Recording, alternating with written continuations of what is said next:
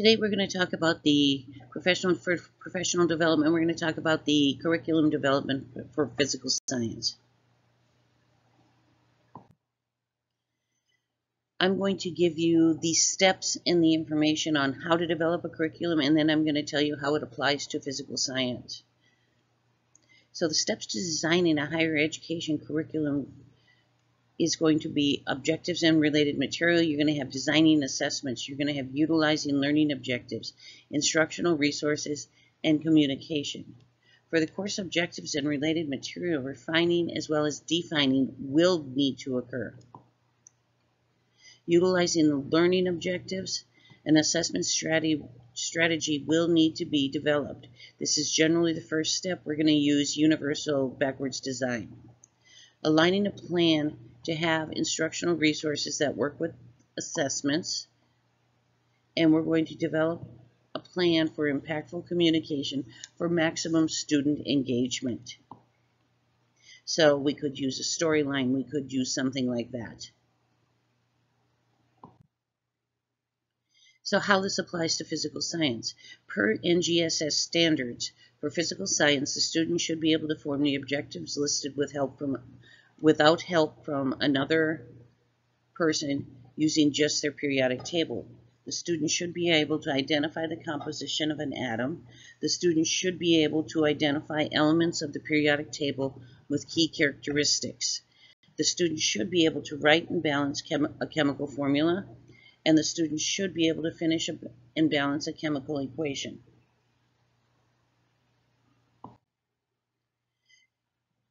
So let's look at designing a higher education. We're still going to look at the objectives. So assessment. We're going to utilize the learning objectives to design the assessment. That is the first step in understanding backwards design. And everything we build will support that assessment then. So ensure assessments are supported by your classroom instructional materials. This process is usually completed by the science faculty who are instructors for physical science. All physical science faculty members will be involved in this process. So instructional resources, textbooks, lab materials, models, chemicals. This would be what is needed to run this course. Here there would be a division of labor. The curriculum director would be supplied with the textbook that was decided upon by the faculty, and would have to check stock and order any materials needed.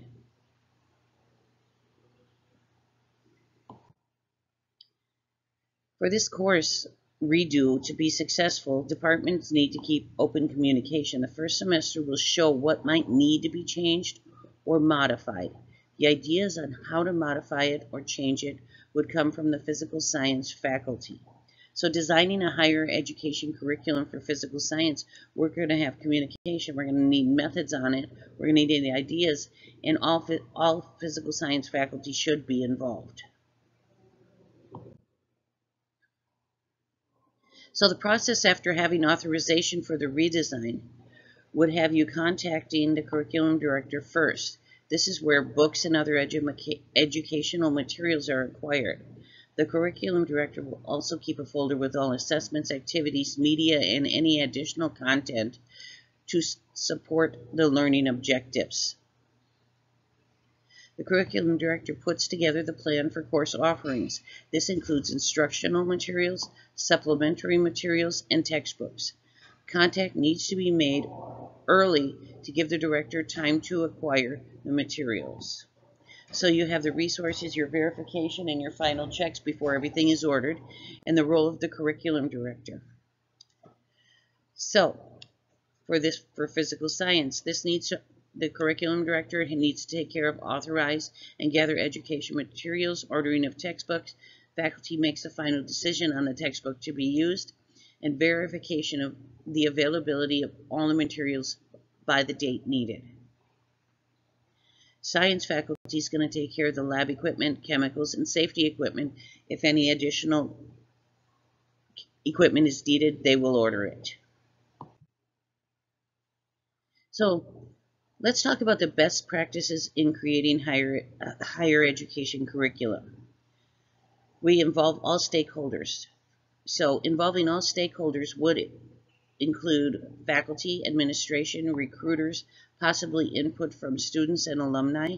We would talk about questioning individuals in the workforce that would hire the students when ready, asking what skills they feel the graduates should have to fit in or what challenges they have faced when incorporating graduates into their environment. The faculty has to be a key part of the process. The faculty will be the individuals making the concrete design for the course and teaching the new curriculum. Generally, this would include more than just the content area faculty to gather outside views and questions. We want to demonstrate that the new curriculum will be a benefit. There may be staff that taught the course before the redesign that may need to be shown individually that the redesign is beneficial to all.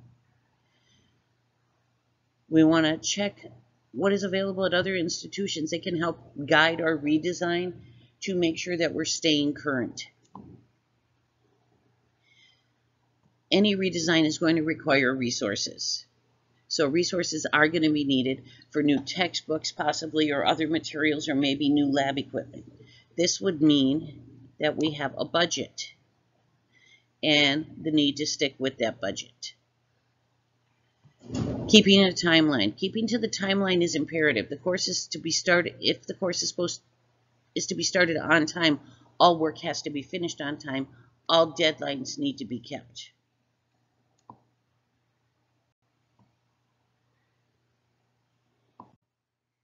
So as this applies to physical science, with the physical science faculty all working on the redesign, it was not necessary to demonstrate the benefit to any faculty.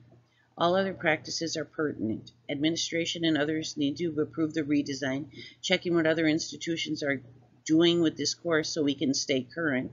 Resources are going to have to be allocated to cover changes that, if any, new materials or equipment is needed, and the timeline, because the course is supposed to be taught in the fall, has to be kept so it's ready for the students. The following would have been applied to the physical science redesign, involving all stakeholders, all necessary faculty, what are other institutions doing with this course, resources, and keeping your timeline, making sure you're on time, ready for the students.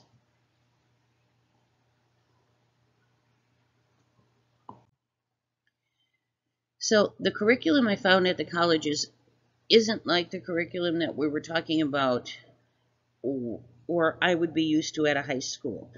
The curriculum here is a compilation of the electives and courses that is available to students, is what I found. So it doesn't detail any specific course at all, but it is like a guiding system. So the 2-year college was designed to be more cost-effective than the 4-year. The curriculum at a 2-year college is going to contain a majority of general education classes that would transfer to a 4-year college.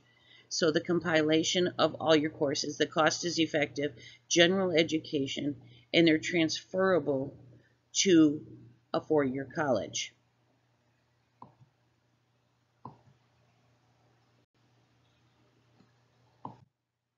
So if physical science was to be transferred to a college, it would be at a 2-year college. It is a general education course. It would transfer to any 4-year college,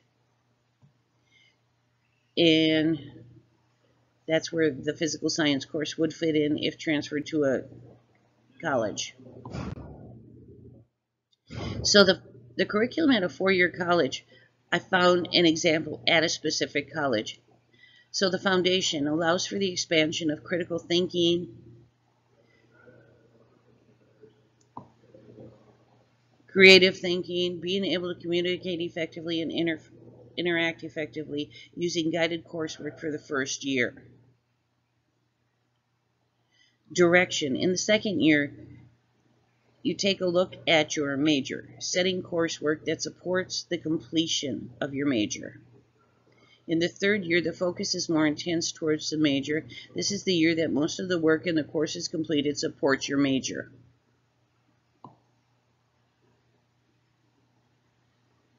And synthesis is your 4th year. For the 4th year, the self-directed capstone project is completed.